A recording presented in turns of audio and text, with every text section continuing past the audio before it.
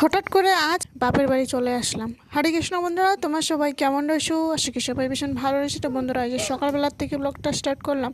তো বন্ধুরা, ভিডিওটি যদি ভালো লেগে থাকে অবশ্যই like, comment, share, subscribe, follow করতে ভুলবেন না।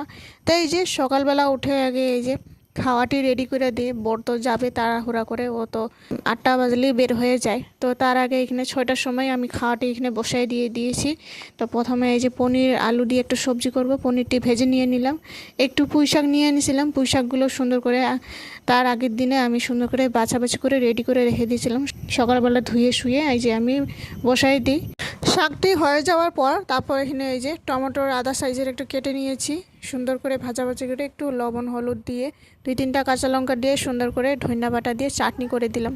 তারপর এই যে পনির আলুর সবজি করব। আলুগুলো সুন্দর করে লম্বা লম্বা সাইজ কেটে নিয়েছি।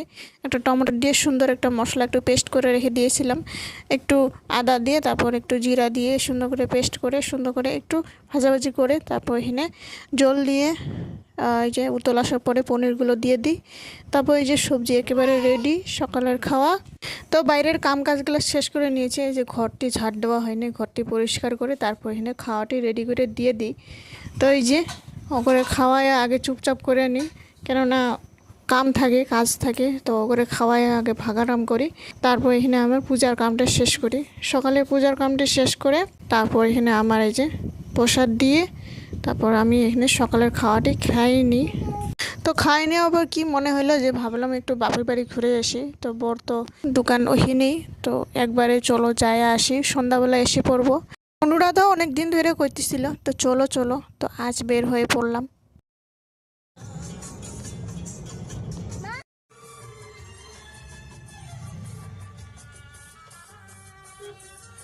তারপর এই যে বাজারে একটু এসেছি, বাজারে এসে ভগবানের জন্য একটু প্রসাদ নিয়ে যাই। যখন আসি তখন কিছু না কিছু ভগবানের জন্য নিয়ে আসি। ভগবানকে দিয়ে প্রসাদটি পাওয়ায় আলাদাই মজা। তো এই যে এসে পড়েছি, মা তো দাঁড়াই ছিল রাস্তাতে, এই যে এসে খুশি সেই আমারে দেখা। তো এই যে ও অনুরাধারে কোলে নিয়ে এসে পড়লো। তারপর আমিও প্রসাদটি বের করে দিয়ে দিই। তখনও মা পূজা করতেছিল, পূজার টাইম। তো তখনই সময় হয়ে গেছিলো ভগবানের ভোগ দেওয়ার জন্য।